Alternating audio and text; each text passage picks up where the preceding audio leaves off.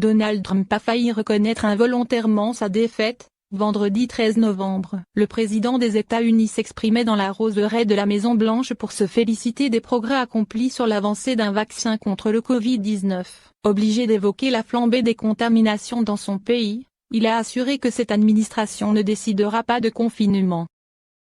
Espérons que, a-t-il commencé avant de se reprendre juste avant d'évoquer une nouvelle équipe dirigée par Joe Biden. Quoi qu'il arrive à l'avenir, qui sait quelle administration ce sera? Je suppose que le temps nous le dira, a ajouté le président. Cette hésitation, puis son brusque retour dans le bureau ovale sans répondre à la moindre question après les panégyriques de son secrétaire à la santé, Alex Azar, puis du vice-président, Mike Pence, a souligné combien il est consumé par le résultat de la présidentielle, près d'une semaine après l'annonce de la victoire du démocrate, le 7 novembre.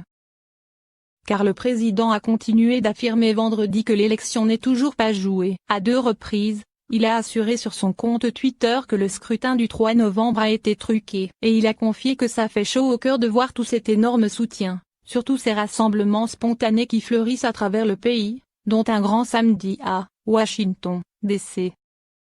Je pourrais même essayer de passer dire bonjour, a-t-il ajouté manifestement pour doper la mobilisation. Alors que ces rassemblements spontanés sont restés pour l'instant très marginaux. Le président des États-Unis ayant assuré avant l'élection qu'il ne pourrait pas perdre à la loyale, il est contraint aujourd'hui de défendre une thèse que rien, ou presque, ne vient étayer.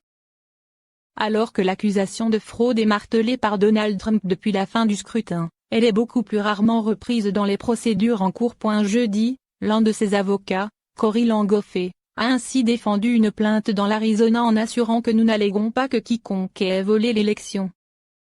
Lorsqu'un juge a demandé 2 jours plus tôt, en Pennsylvanie, si un autre avocat mettait en cause une fraude à propos de quelques centaines de bulletins contestés, ce dernier a répondu par la négative. À ma connaissance, à l'heure actuelle, non, a déclaré Jonathan Goldstein.